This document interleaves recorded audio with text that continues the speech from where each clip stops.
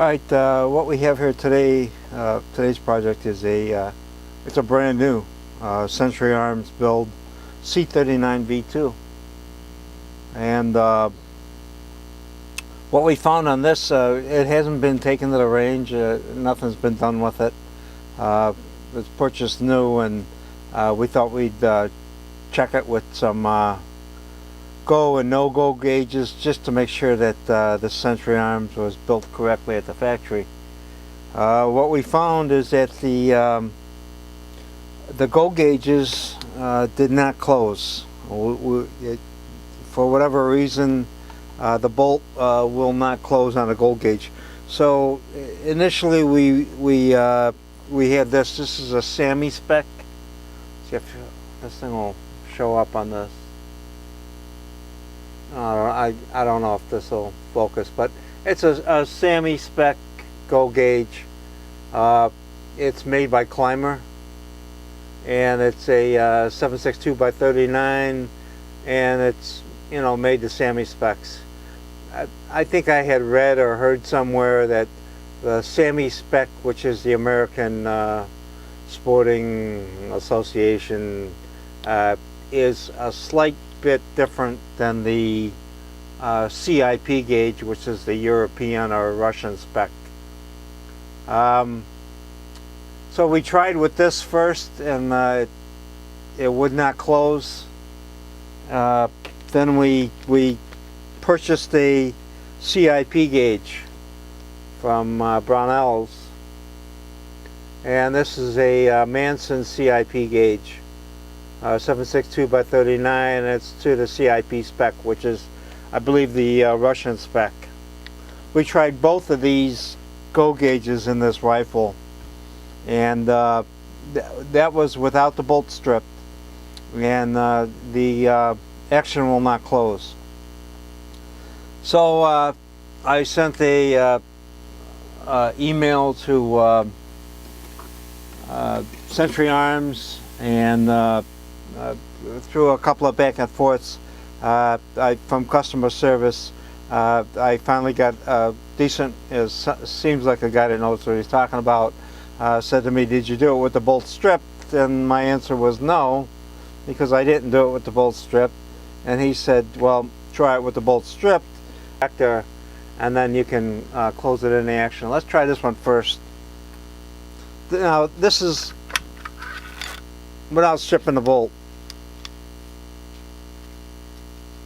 But I think the way I had to do this was, you got everything in here.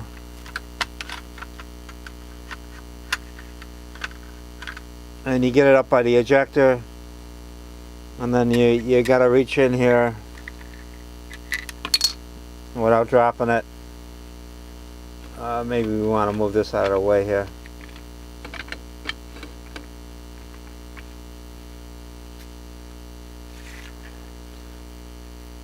And insert the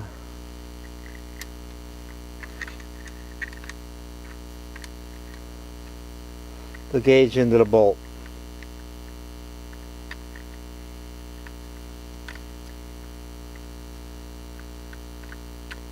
Now we're forward of the ejector. The bolt is all the way forward. We're forward of the ejector, so there's that relief for the firing pin, so you don't have to worry about interference there. So what should happen is we should be able to take this and close this all the way, and you can see that this will not close. Now this is the CIP gauge. So we're not even getting any rotation. Oh, I take that back. I can see a slight amount of rotation on the bolt, but obviously this gap here is showing you right here that the bolt is not going home. Now that's on the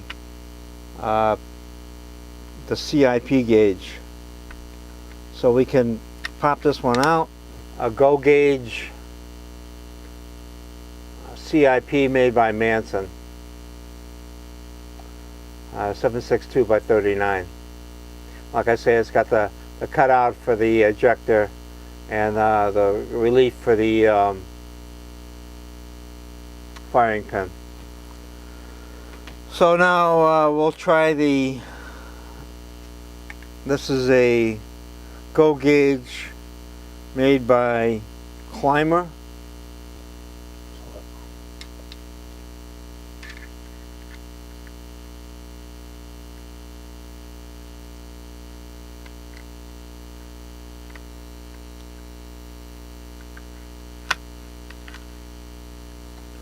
Once again, okay, the gauge is in the bolt. It's being held in there by the extractor, and we're coming forward on it. And once again,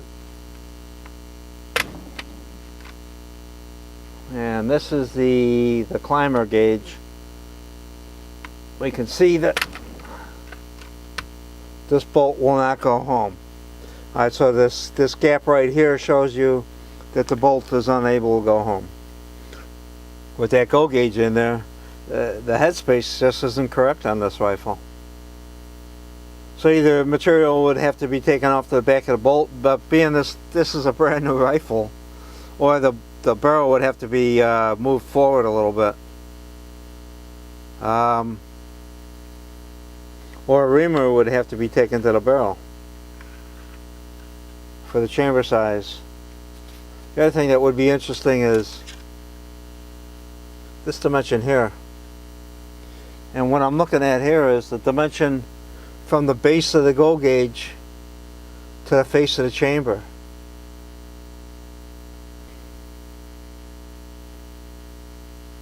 .115. About 115 thousandths between the face of the chamber and the back rear face of the GO gauge.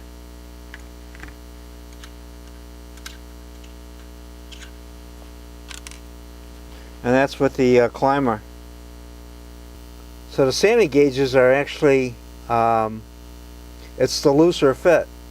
That's probably why the guy suggested using the SAAMI gauge. Okay, so what we got here, this is the Climber, which is the SAAMI, which is the SAAMI spec gauge, and this is a 118 thousandths gauge pin.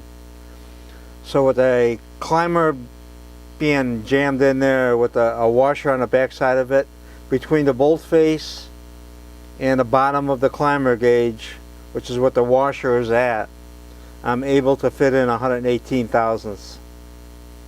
So the distance between the bottom of the Climber, which is the SAAMI spec gauge, and the chamber face is 118 thousandths. Gauge pin,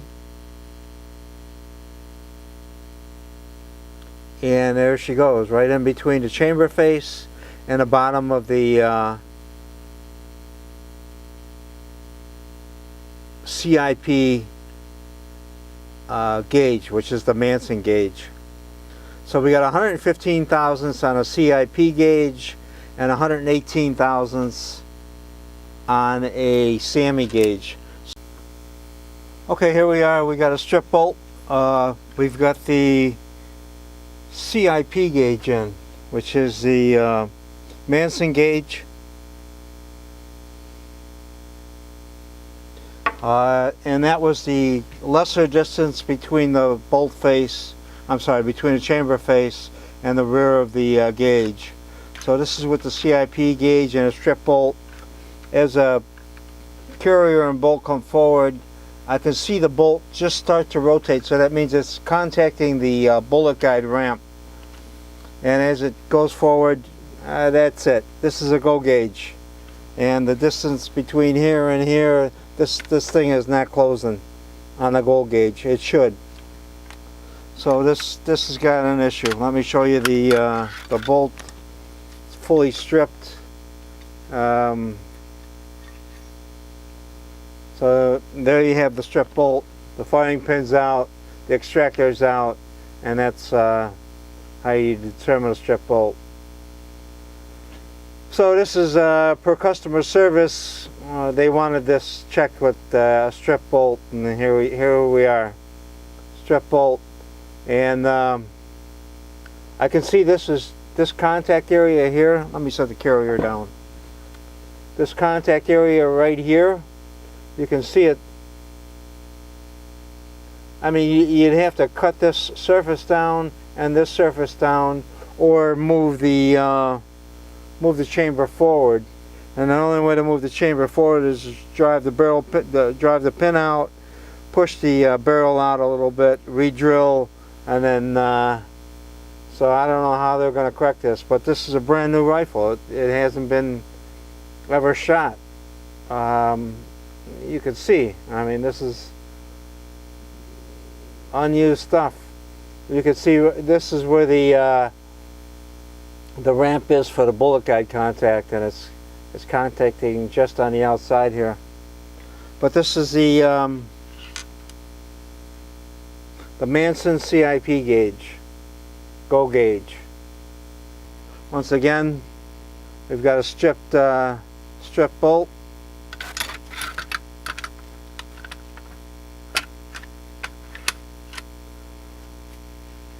And this will not close.